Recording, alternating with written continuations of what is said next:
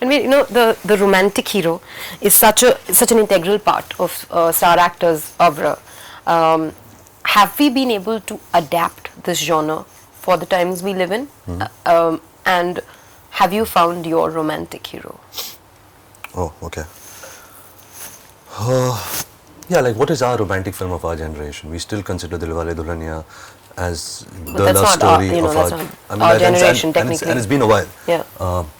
So yeah, it will come, but love has changed. Love has evolved. Love has been divided into two different genres. There is the city love and there is the old school, small city love. Yeah. So somebody will find the middle ground. I'm not taking the responsibility saying that I'm going to do it. Sometime a film might come and you wouldn't realize it and it will break. I'm sure when they were making Dilwale Dulhaniya, they didn't realize it's going to impact people so much. Yeah, and it's going to be the love story of the generation. Yeah. But it was still a little bit in the escapist mold. It was still a little bit. Even for that generation, it's not like love was, except that it worked. Right. People weren't cynical enough to reject it. Right. Maybe we are now. We are, but we are not also. Still films like Dabang and Singham and Rowdy Rathod are very loved films. You may say they're nonsense films, but people are loving it. The collection showed. People are going to the theatres again and again and seeing these films. Yeah.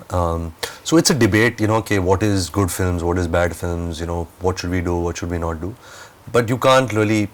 Especially in India. Yeah, but you can't pre-decide I want to make the love story of this generation and go and approach it that way. Fair enough. Fair enough. Like I'm doing a love story with Ayan, who made Wake Up Sit With Me, with Deepika and myself. Yeah. And we are making the film with the conviction that this can be the love story of this generation, because it's not a romantic comedy. It's not the genre that Saif does really well.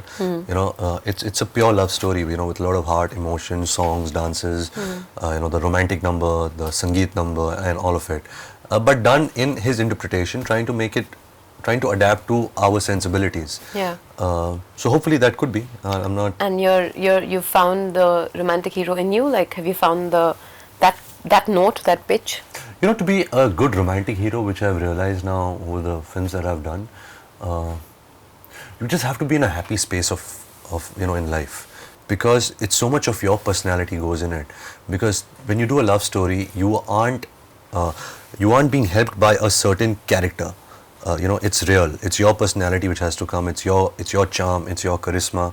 It's your language. They're your beats. Yeah. Rockstar Barfi had certain characters. Jordan, Barfi. I'm being given costume, certain mannerisms, diction, a certain walk.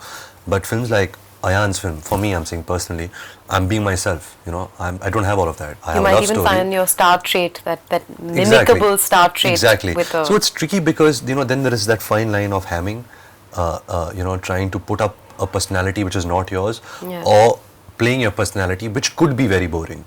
You don't know if my real life personality is good for screen. I would only know once the film releases. You said the most important thing for you is the character's psychology, is the character's emotional graph. Right. What else do you work on? I mean, do you have a method? Would you learn to take photographs, or a little bit about cameras if you were playing a photographer, or learn to play the guitar? I mean, to what extent do you go? Yeah, I do all of that. So I can't see. I'm cheating an audience always. I learned to play the guitar for Rockstar, but I learned enough just to kind of play the chords of the songs. Yeah. If you ask me to play a song, I won't be able to do it because I've not put in that much of time to learn it. So I would do a little bit. I don't like writing character biographies and doing paperwork and going and being the part and all. Yeah. Sometimes the film and the character makes you do all that stuff, and sometimes you don't need it. You just use your experiences and your memory, and you just go and approach it. Yeah.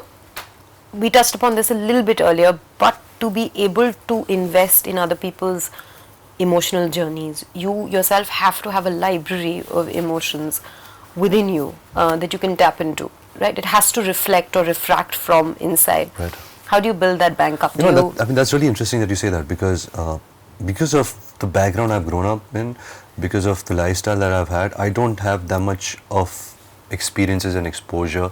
I mean, none of us do, because we're protected, shielded kind of. Exactly. Yeah. So I'm, in some strange way, I'm always looking for conflict in life. If it's from a girlfriend, if it's from my parents, I'm forcing it sometimes. Yeah. I believe that I'm running out of of emotional content Yeah. in me, Yeah. like what are my experiences, what have I seen, Yeah. I meet few people and they have so much, they're so rich in experience that I feel, I feel shortchanged.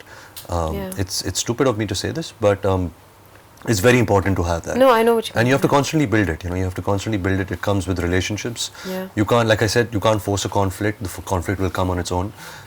You have to be in touch with people. You have to be in touch with life. You have to travel. But it can come from other people as well. I mean, if you feel close enough to an experience, even if it's not yours, if you really get into it, even if it's a friend's or a... No, absolutely. It can come from other people. And thankfully for me, like I said, it can also come from the director. The director can share so much of his personal experiences and give it to you. I have 3 personal experiences that I use. If it's a happy moment, if it's a sad moment, if it's anxiety, and stuff like that. So you have these 3 things that you use, and it helps you because it kind of puts you in that zone. Music helps you a lot. A sense of smell. Smell is something that I use a lot. I try and use a different perfume in every film. Sounds stupid, but when you do 2 films at the same time, and you go back to this film from the other film shoot, and you wear this perfume, it kind of puts you back to that same space. That emotional memory thing. It's very poignant. So you have certain methods that you use and you develop over the years. What are some of the other tricks that you use? Is it a different speech, a different walk, or something? Do you have any tricks to slip back into character, especially when you're doing 2, 3 films? I mean, I have one simple thing that I use all the time. If you can't do something well, if it's a dance, if it's a fight, if it's a dialogue, make it goofy. Always works. That's one trick that I use the most because I feel that that's what always works. If you can't make something heroic, if it's not coming naturally from you, make it goofy. If an audience will smile with you on that, that's heroic itself. Right. So you tap into your goofy persona to fill in the voids that and there will come a point, hopefully, when you'll have the hero fill in the voids, when you'll become a natural hero. But that's the hope that I have. Heroism doesn't come naturally to me. I can't do a dabang and singham because I don't have the conviction right now in myself to do that. Never say never, but like I said right now, if I was doing a dabang or a singham, I would approach it more, with the sense of goofiness and a little bit like how I like to see characters. So if Chaplin was doing dabang or if he was doing singham, how would he approach it? So that's how I see it. How involved do you get with the other aspects of the film? Does it depend on your relationship with the director? Right, absolutely, and depends on the nature of the film. Like how much of your involvement is required. I've always believed that people are doing their jobs because they are the best at what they do. But out of your own interest, I mean, I can't tell the cinematographer to put the light here because I don't know it. He knows it better than me, that's why he's hired. A director's making this movie because it's his story. He has to have something to say through the film. Otherwise, I wouldn't do it myself. So I try and keep, all the specifics of people doing what they do. I leave that. I don't try and involve myself. But you try and find out who's doing what, why, and all that. Like, do you involve yourself mentally at least? Yeah, before the film starts, I would like to, know, who's being hired for what. I would want all the best people to come, as a team because we spend 100 days on a film together, and we spend so much of time together that they have to be good people. If they're not good people, just a negative energy seeps in.